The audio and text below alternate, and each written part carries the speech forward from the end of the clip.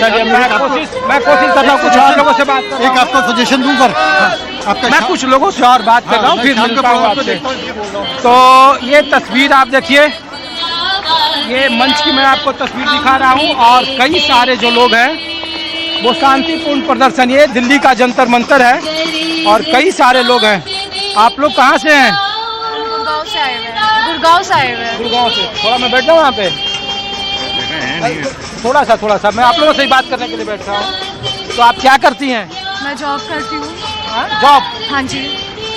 कहाँ आप जॉब करती हैं? मैं एक मीडिया एजेंसी में काम करती हूँ, मार्केटिंग एजेंसी में। आप इस तरीके के प्रदर्शन में पहले भी आई हैं? मैं जब कॉलेज में थी तब आती थी। तो इस तरीके के प्रदर्शन और आंदोलनों से जिस सिस्टम के खिलाफ आप लोग यहाँ हैं उसमें कुछ बदलाव दिख रहा है या लग रहा है कि सरकार प्रेशर में है? सरकार तो प्रेशर में है, पर सरकार तो इस जनरेशन को कम्प्लीटली गैसलाइट कर रहा है। सब कुछ मैनिपुलेशन हो रहा है। वो कैसे? कहाँ सुन रहे हैं सरकार? कहाँ एक प्रेस कॉन्फ्रेंस हो रहा है? कहाँ कुछ एड्रेस हो रहा है चीज़ें? नहीं, सरकार तो ये कह रही है कि जिस नीट को लेकर एक बड़ा मुद्दा है और कुछ घंटों में जिसकी परीक्षा शुरू हो जाएगी, तो कह रही कि इस बार हमने टेलीग्राम बंद कर दिया, जो पेपर लीक का मामला था। कहा एयरफोर्स का हमने इस्तेमाल किया। पेपर तो अभी भी लीक हो गया, 10 लाख में भी करा। राइट। नागपुर में आपका सेंटर, मतलब क्या एफिशिएंसी है? अबू धाबी में सेंटर हुआ है, तो क्या एफिशिएंसी है? मैनिपुलेशन है। मंत्रालय में इसी तरह के लोग बैठे हुए हैं, तो काम कर रहे हैं। वो क्या कर रहे हैं? काम कर रहे हैं, क्या कर रहे हैं? हम लोगों के ही टैक्स से उनको मिलता है, उनको सैलरी मिलती है, उनको सब कुछ मिलता है। बाकी जनता को क्या मिल रहा है? को लगता है कि उनको वोट मिलता है झोली भर भर के, यही जनता जो यहाँ बैठी हुई है जब जंतर मंतर के हदों से बाहर वो गलती हो गई 2014 में, 24 में, अब ना होएगी गलती।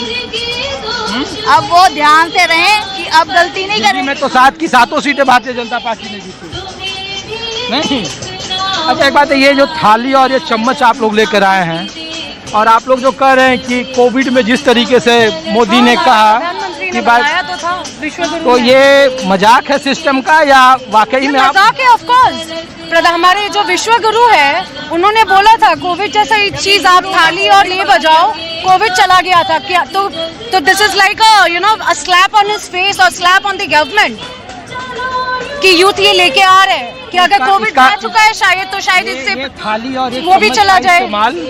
75-77 के दौर में भी राजनीति में था, जब लोग आंदोलन करते थे आपातकाल के खिलाफ, तो उस समय भी इसका इस्तेमाल तो अभी तो रिग्रेशन में ही है ना। हम तो वैसे भी बहुत पीछे चले गए काफी।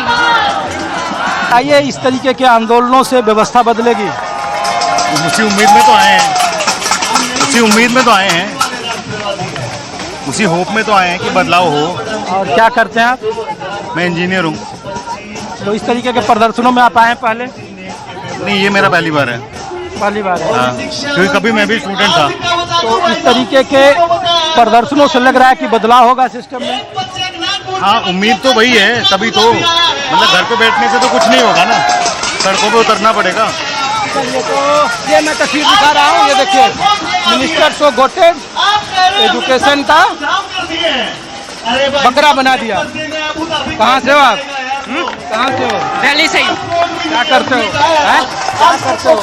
क्या करें, अभी 12th क्लास कंप्लीट की है। यहाँ प्रदर्शन में आए हो? कहाँ पर साथ देने आए, क्योंकि मेरी बहन का पेपर था वो लीक हो गया है। आपकी बहन क्या नीट का पेपर दे रही है? हाँ, दी थी। मैंने कहा कि एक बार नहीं होता, 2 बार पेपर होता है। अब जो कल सेंटर है उसमें कहाँ है? सेंटर कोई पढ़ा है, मैंने देखा नहीं उसका। वो बोला कि अपना देख लियो, मैंने बस बोला। मेरी भी क्लास में भी खत्म नहीं किया उन्होंने। तो मैं कोशिश कर रहा हूँ कि कुछ और बच्चों के साथ आपको दिखाऊं। दिल्ली के जंतर मंतर का माहौल आपको दिखा रहा हूँ और बच्चों की एक तस्वीर आपको मैं फिर दिखा रहा हूँ कि नीट की परीक्षा के कुछ ही घंटा जो काउंटडाउन है वो शुरू हो गया है और उसके पहले देखिए नीट को लेकर आम लोगों में कैसी नाराजगी है और किस तरीके के पोस्टर है यहाँ पे। नो टू पेपर लीक, ये देखिए education minister coaching centre scammer, और ये देखिए पेपर लीक के आपको ये तस्वीर है अलग अलग। आप देखिए कि धर्मेंद्र प्रधान को बर्खास्त करो, और ये अलग अलग की तस्वीर आपको बच्चों पे दिख जाएंगे। और ये सारे जो बच्चे हैं वो दिल्ली के जंतर मंतर पर नीट के एग्जाम होने के कुछ ही घंटे पहले लोग जुटे हैं। तो आप लोग कहाँ से हैं? मैं नोएडा से आई हूँ। और आप? मैं मणिपुर से हूँ पर मैं यहाँ पे पढ़ती हूँ। तो आप बताइए इस तरीके के आंदोलन में आप लोग पहले भी आए या फर्स्ट टाइम है? Second time. अच्छा, जो पहला प्रदर्शन था उसमें आप? मैं निर्भया के टाइम भी आई थी। बताइए कि इस तरीके के आंदोलनों से सिस्टम बदलेगा? बिल्कुल बदलेगा। हम हाथ में हाथ धरे तो नहीं बैठ सकते, हमें कुछ ना कुछ तो करना ही चाहिए। देखिए, सवाल ये है कि सिस्टम बदलेगा। सिस्टम तब बदलेगा जब देश में शिक्षा का जो व्यवस्था है उसमें एक व्यापक बदलाव लाना पड़ेगा। हम धर्मेंद्र प्रधान का इस्तीफा सिर्फ इसलिए नहीं मांग रहे कि पेपर लीक उन्होंने करवाया है, हम इसलिए भी मांग रहे हैं क्योंकि देश में स्कूलों को बंद करने के जिम्मेदार भी धर्मेंद्र प्रधान है। देश में जो कॉलेजों की खराब स्थिति है उसके लिए भी धर्मेंद्र प्रधान जिम्मेदार है। देश में जो राज्य के विश्वविद्यालय कमजोर है उसके लिए भी धर्मेंद्र प्रधान जिम्मेदार है। युवाओं को जो रोजगार नहीं मिल पा रहा, एक बराबर अवसर नहीं मिल पा रहा, उसके लिए भी धर्मेंद्र प्रधान जिम्मेदार है। और इसीलिए हम धर्मेंद्र प्रधान के इस्तीफे की मांग कर रहे हैं। इस्तीफे से ज्यादा हम ये मांग कर रहे हैं कि उनको बर्खास्त किया जाए। लेकिन जो शिक्षा है वो समवर्ती सूची में है ना, राज्य और केंद्र का उसमें है।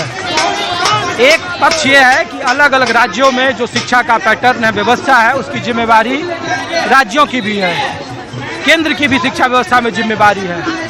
केंद्र का जो ये प्रदर्शन है और जो नीट का एग्जाम है जिसको लेकर आप लोग यहाँ एक बड़ा मुद्दा है, उस नीट पर ही सरकार ने कहा कि हमने देखिए पेपर लीक हुआ, उस पर हमने कार्रवाई की और अब जब हम दोबारा री एग्जाम कर रहे हैं तो कई सारे उन्होंने सुधार किया।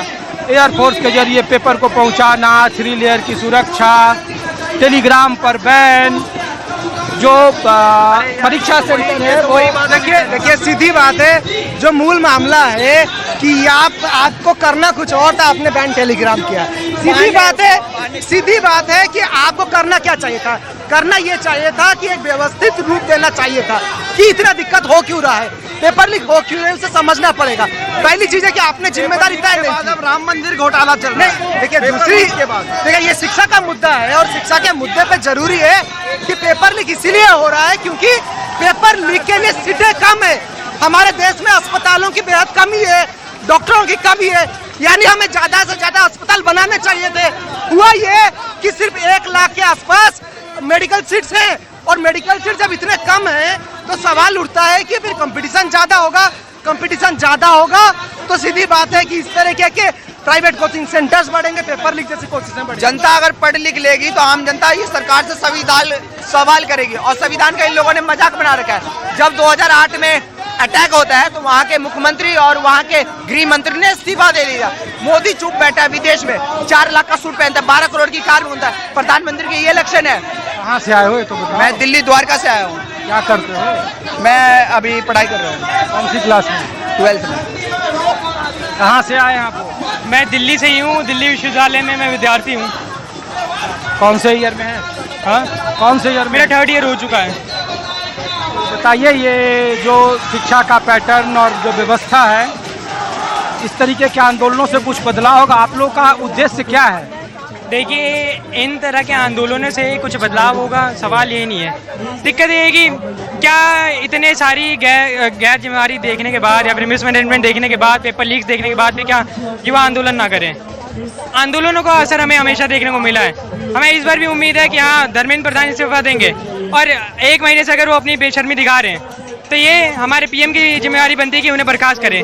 पीएम भी अपनी चुप्पी तोड़े और धर्मेंद्र प्रधान को बर्खास्त करें। सरकार तो सुन नहीं रही है। सरकार तो और करे कि हमने सिस्टम में बहुत बदलाव किया है। कुछ घंटों में जो पेपर शुरू होना है नीट का, उसमें कई सारे बदलाव किए हैं। पेपर एयरफोर्स के जरिए पहुंचाया, 3 लेयर की सुरक्षा दे दी, 15 मिनट का एक्स्ट्रा टाइम दे दिया और अलग अलग जगहों पे अलग अलग तरीके से वो काम कर रही है। देखिए, आप एयरफोर्स लगा दिए, FBI लगा दीजिए, टेलीग्राम बंद कर दिया, एग्ज़ाम रद्द कर दिया, टेलीग्राम बंद कर दिया। हम कह रहे हैं कि मेन दिक्कत तो टेलीग्राम है ही नहीं। मेन दिक्कत तो ये नहीं है कि एयरफोर्स सिक्योरिटी नहीं कर रहा, दिक्कत तो वो कोचिंग सेंटर है जो इनसे या फिर अनेक ऐसी अथॉरिटीज से पेपर खरीद के मीडिएटर का काम करता है, अमीर पेरेंट्स और ये NTA के बीच में। आखिर इन कोचिंग सेंटर्स को क्यों रखा जाए, या फिर एजुकेशन में आपको कोचिंग सेंटर की ज़रूरत कब पड़ेगी। मेन बात है कि सीटों की बहुत ज़्यादा कमी है। सीटों की कमी की वजह से ये जो कंपटीशन क्रिएट किया जाता है, उसकी वजह से कईयों को जाना पड़ता है कोचिंग सेंटर्स में। उसी में से जो जिनके पास ज़्यादा पैसा है, जो पेपर खरीदने तक के अपने लिए सीट खरीदने तक के काबिल हैं, वो लोग सीट भी खरीद लेंगे। दिक्कत तो इस व्यवस्था में है जहाँ पे प्राइवेट इंस्टीट्यूशंस को बढ़ावा मिल रहा है, कोचिंग सेंटर्स को। बड़े होकर क्या बनोगे आप? बड़े होकर क्या बनोगे आप? देखिए, बड़े होकर एक अच्छा नागरिक बनेंगे पहले तो हम। आपको सिस्टम से क्या शिकायत है? मतलब मैंने ये देखा है कि जो मतलब एजुकेशन सिस्टम में तो मतलब बहुत दिक्कत है कि पेपर तो लीक हो ही रहे हैं बहुत सारे, ऊपर से जो हमारे मतलब स्कूल की स्थिति है ना वो बहुत बेकार है। जो हमें अरे तुम्हारा पेपर अभी तो लीक, अभी तो 10वीं का परीक्षा भी नहीं पर दिया। आगे तो हमारा हो सकता है ना, आगे तो हमारा हो सकता है ना कि आगे तो हमें भी पेपर देना ही है, तो आगे तो हमारा भी पेपर लीक हो सकता है, ऐसी बात थोड़ी ना है। क्या बनोगे बड़ा होके? इंजीनियर इंजीनियर करनी है इंजीनियर।